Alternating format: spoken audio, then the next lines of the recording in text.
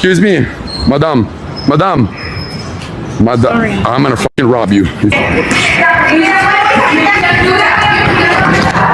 Give me your scooter now. Give me your scooter now. Give me a ride. Yes, you're gonna take a ride. Ang isa pa nating nakita ngayong linggo, yung kagalit-galit na pinanggagawa ng isang foreign vlogger sa ating mga kababayan. I'm gonna fucking rob you. Biro man na ito o hindi, sino naman Pilipino ang hindi kukulo ang dugo sa napapanood natin?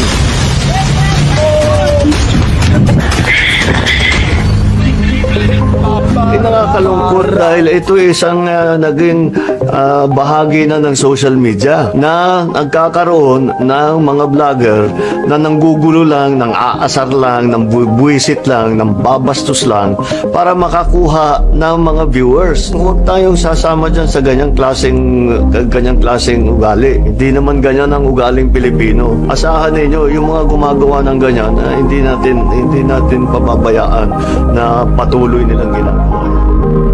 Tapos na po ang mga dayuhan, akala na lang, kaya na lang napastangin ang mga Pilipino.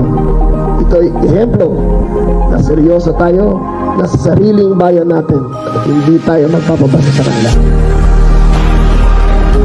Likas na mababait ang mga Pilipino. Magalang, makapumbaba, napakahaba ng pasensya. Kaya't nakakalungkot na makitang naaabusong ganito nating katangian. Natural sa atin na matawanan lamang at hindi na palakihin ang mga ganitong klaseng pambabastos. Pero hindi nanghuhulugan na palalampasin ito ng ating pamahalaan. Dapat tayo pumalag sa mga bully. Kasama nyo ang pamahalaan para ilugar ang mga ganitong tao. Sana ay magsilbing aral ito sa mga pagtatangkang pumasok pa rito sa Pilipinas para lang hamakin at gawing katatawanan ang ating mga kababayan. Ngayong darating na mahal na araw, piliin natin ang kapayapaan. Piliin natin ang kaligtasan para sa ating mga sarili at lalo na sa ating mga pamilya. Ang bagong Pilipino ay naninindigan para sa kanyang bayan. Ang bagong Pilipino ay pumapanig sa kapayapaan at kaligtasan, lalo na sa lansangan. Magbigayan tayo, maging magpakumbaba. Mabuhay po tayong lahat. You know, this guy has been around. He's been doing this since 2012 all over the world. He's been in the States, he's been to Brazil, Egypt, the UK, doing this sort of thing. Now, Secretary John Vic has said, he violated our laws and he disrespected Filipinos. You know, Filipinos we are friendly people, we are hospitable people. But this guy took advantage of us. And ang malas niya, you know, if other countries merely deported him, ang malas niya ngayon, you know, his tough luck is that we have Secretary Remulla saying now that we're not gonna let him off easy. So he will not be deported. He will stand trial here. He will face the charges here. And hopefully he will be jailed here.